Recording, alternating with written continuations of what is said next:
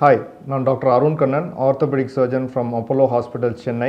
Hip and நீ சர்ஜரியில் specialise பண்ணுறேன். இந்த வீடியோவில் ரொபாட்டிக் ஹிப் ரீப்ளேஸ்மெண்ட் சர்ஜரி பற்றி பார்க்கலாம். அதாவது ரொபாட்டிக் டெக்னாலஜியோட இடுப்பு மூட்டு மாற்று அறுவை சிகிச்சை பற்றி பார்க்கலாம். ஸோ இந்த ஹிப் ரீப்ளேஸ்மெண்ட் சர்ஜரிங்கிறது ஒரு ரொம்பவே சக்ஸஸ்ஃபுல் சர்ஜரி. பரவலாக கடந்த நூற்றாண்டின் ஒரு முக்கியமான சர்ஜரி அட்வான்ஸ் அப்படின்னு சொல்லுவோம். ஆப்ரேஷன் ஆஃப் த செஞ்சுரி அப்படின்னு ஒரு முக்கியமாக டிஸ்கிரைப் பண்ணியிருக்கிறாங்க. ஸோ அந்தளவுக்கு சக்ஸஸ்ஃபுல் சர்ஜரி அண்ட் ரொம்ப நல்ல லாங் டேர்ம் சக்ஸஸ் ரேட்ஸ். இதை எப்படி இன்னும் சிறப்பாக பண்ணலாம் அப்படின்னு பார்க்கும்போது அதில் ஒரு கருவியாக வந்து அமைகிறது ரொபாட்டிக் ஹிப் ரீப்ளேஸ்மெண்ட். இப்போ நார்மல் ஹிப் ரீப்ளேஸ்மெண்ட் பார்த்திங்கன்னா ரொம்ப நல்ல லைஃப். ஆல்மோஸ்ட் இப்போ 20 வருஷத்துக்கு பார்த்தோம் அப்படின்னா 90%க்கும் மேலே மக்கள் நல்லா இருப்பாங்க ரெகுலர் ஹிப் ரீப்ளேஸ்மெண்ட்டுக்கு அப்புறம். அந்த 90% இன்னும் எப்படி 95% மாற்றலாம் அப்படின்னு பார்த்துட்டு இருந்தப்போ அந்த காம்பனண்ட்டோட பொசிஷனை இன்னும் அக்யூரேட்டாக வச்சா இதை பண்ண முடியுமா அப்படின்னு தான் பார்த்துட்டு இருந்தோம்.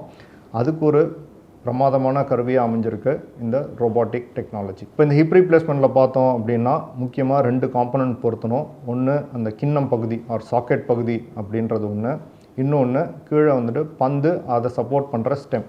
இது ரெண்டும் நம்ம கரெக்டான பொசிஷனில் வைக்கணும். ஸ்டெம்முங்கிறது யூஸ்வலாக கையால் பண்ணும்போதே ரொம்ப அக்யூரேட்டாக வந்துடும். ஏன்னா அதில் நிறையா வேரியேஷன் கிடையாது. எந்த ஆங்கிளில் போன் இருக்கோ அதே ஆங்கிளில் தான் அதை வைக்க முடியும். பட் இந்த கிண்ணம் பகுதி ஆர் சாக்கெட் பகுதிங்கிறது கொஞ்சம் வேரியேஷன்ஸ் வரும். கையால் பண்ணும்போது ஆல்மோஸ்ட் ஒரு 90 to 95% அக்யூரேட்டாக போட்டுடலாம். எந்த ஆங்கிளில் வைக்கணும்னு யோசிக்கிறோமோ அந்த ஆங்கிளில் ஒரு 90% பேரில் போட்டுடுறோம். ஒரு 5 to 10% பேரில் அது கொஞ்சம் மிஸ் ஆகிறதுக்கான வாய்ப்புகள் உண்டு. எவ்வளோ பிரமாதமான சர்ஜனாக இருந்தாலும் இந்த ஒரு 5 to 10% எரர் வர்றது ஒரு acceptable range.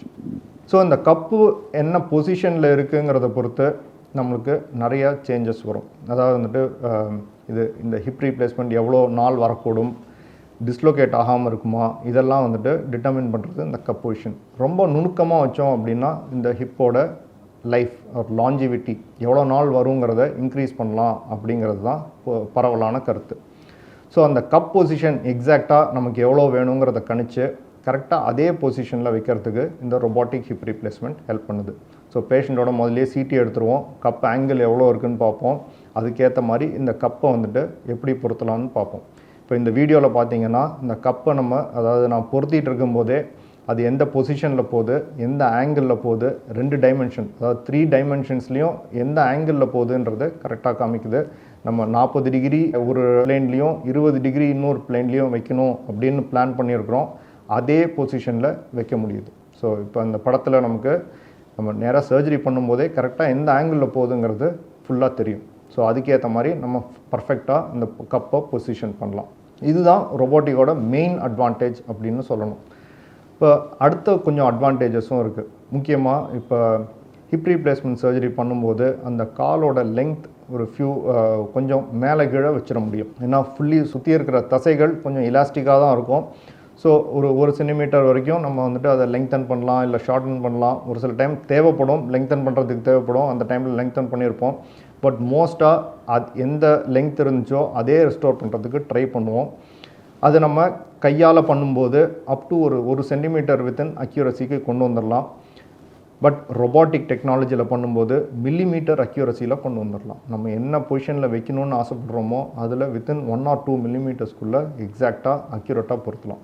So leg length almost எக்ஸாக்டாக நமக்கு என்ன வேணுமோ அதே அளவில் ரீப்ளேஸ் பண்ணலாம். கையால் பண்ணும்போது சென்டிமீட்டருக்குள்ளே ரீப்ளேஸ் பண்ணலாம், ரொபாட்டிக்கில் பண்ணும்போது மில்லிமீட்டருக்குள்ளே ரீப்ளேஸ் பண்ணலாம். 3வது அட்வான்டேஜ் அப்படின்னு பார்த்தீங்கன்னா இந்த ரொபாட்டிக் கூட இந்த ஆஃப்செட் இன்ஸ்ட்ருமெண்ட்ஸ்னு சொல்லுவோம்.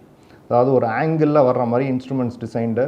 இதே இன்ஸ்ட்ருமெண்ட் கையால் பண்ணும்போது யூஸ் பண்ணுறது கொஞ்சம் கஷ்டம், ஏன்னா அதோட வேரியபிலிட்டி அதிகமாகிடும். பட் ரொபாட்டிக்கில் பண்ணும்போது இந்த ஆஃப்செட் இன்ஸ்ட்ருமெண்ட்ஸ் யூஸ் பண்ணுறோம் அப்படின்னா அது ரொபாட்டிக்கில் வந்துட்டு பொசிஷன் கரெக்டாக வர்றதுனால நம்ம அந்த வேரியபிலிட்டி இல்லாமல் போயிடுது. இந்த ஆஃப்செட் யூஸ் பண்ணுறதுனால என்ன அட்வான்டேஜ் அப்படின்னா இது நம்மளோட மசில்ஸை சுற்றி போயிடும். இப்போ சாதாரணமாக பண்ணும்போது நேராக இன்ஸ்ட்ருமெண்ட்ஸ் போடுறோம் அப்படின்னா தென் அந்த மசில்ஸை இன்னும் கொஞ்சம் அதிகமாக டிசெக்ட் பண்ணி அதிகமாக பிரித்து அது வழியாக கரெக்டாக நேரான இன்ஸ்ட்ருமெண்ட் போகிறதுக்கு ஏற்பாடு பண்ணும். பட் இந்த ஆஃப்செட் வளைஞ்சு போகிற இன்ஸ்ட்ருமெண்ட் யூஸ் பண்ணும்போது மசிலை நல்லா க்ராஸ் பண்ணி போகிறதுக்கு ஹெல்ப்ஃபுல்லாக இருக்குது. ஸோ இப்படி பண்ணும்போது இந்த மசில் டிசெக்ஷன், இன்சிஷன் இதெல்லாம் குறையுது. ஸோ ரொபாட்டிக் பொறுத்த வரைக்கும் 3 முக்கியமான அட்வான்டேஜ். அதில் ரொம்ப முக்கியம்னு பார்த்தோம்னா இந்த கிண்ணம் பகுதி ஆர் சாக்கெட்டை எக்ஸாக்டாக நம்ம என்ன பொசிஷனில் வைக்கணுமோ அதே அக்யூரஸியில் வைக்க முடியுது. லெக் லெங்த் வித்தின் மில்லிமீட்டர்ஸ் கொண்டு வர முடியும். மூணாவது, இந்த ஆஃப்செட் இன்ஸ்ட்ருமெண்ட்ஸ் யூஸ் பண்ணி டிசெக்ஷன், அது மசிலை எவ்வளோ நம்ம டிசெக்ட் பண்ணுறோமோ அதை குறைச்சிடலாம். இதனால் ரிக்கவரி பெட்டராக இருக்கும். ஓவரால் இது மூணும் நம்ம அச்சீவ் பண்ணுறோம் அப்படின்னா ரிக்கவரி ஈஸியராக இருக்கும் அண்ட் லாங் டேர்ம் அந்த ஹிப் ரீப்ளேஸ்மெண்ட்டோட லைஃப் இன்க்ரீஸ் ஆகும் அப்படின்னு எதிர்பார்க்குறோம். இந்த டெக்னாலஜி யூஸ் பண்ணி இப்போ நிறைய பேருக்கு இங்கே அப்போலோவில் பண்ணியிருக்கோம் அண்ட் ரிசல்ட்ஸ் ரொம்ப பிரமாதமாக வந்துட்டுருக்கு. இப்போ இந்த பேஷண்ட் பார்த்தீங்க அப்படின்னா 2 சைடும் இவருக்கு ஹிப் ரீப்ளேஸ்மெண்ட் தேவைப்பட்டுச்சு. இந்த ரொபாட்டிக் டெக்னாலஜி வழியாக பண்ணோம். நீங்கள் பார்த்தீங்கன்னா ஆல்மோஸ்ட் 2 ஹிப்பும் ஒரு மிரர் இமேஜ் அப்படின்னு சொல்லுவோம். ஒரு கண்ணாடியில் வச்சு 2 பேரை பார்த்தோன்னா ஒரே மாதிரி இருக்கிற மாதிரி மிரர் இமேஜ், அந்த அளவுக்கு அக்யூரேட்டாக 2 சைட்லையும் பண்ண முடிஞ்சிச்சு. தேங்க்யூ.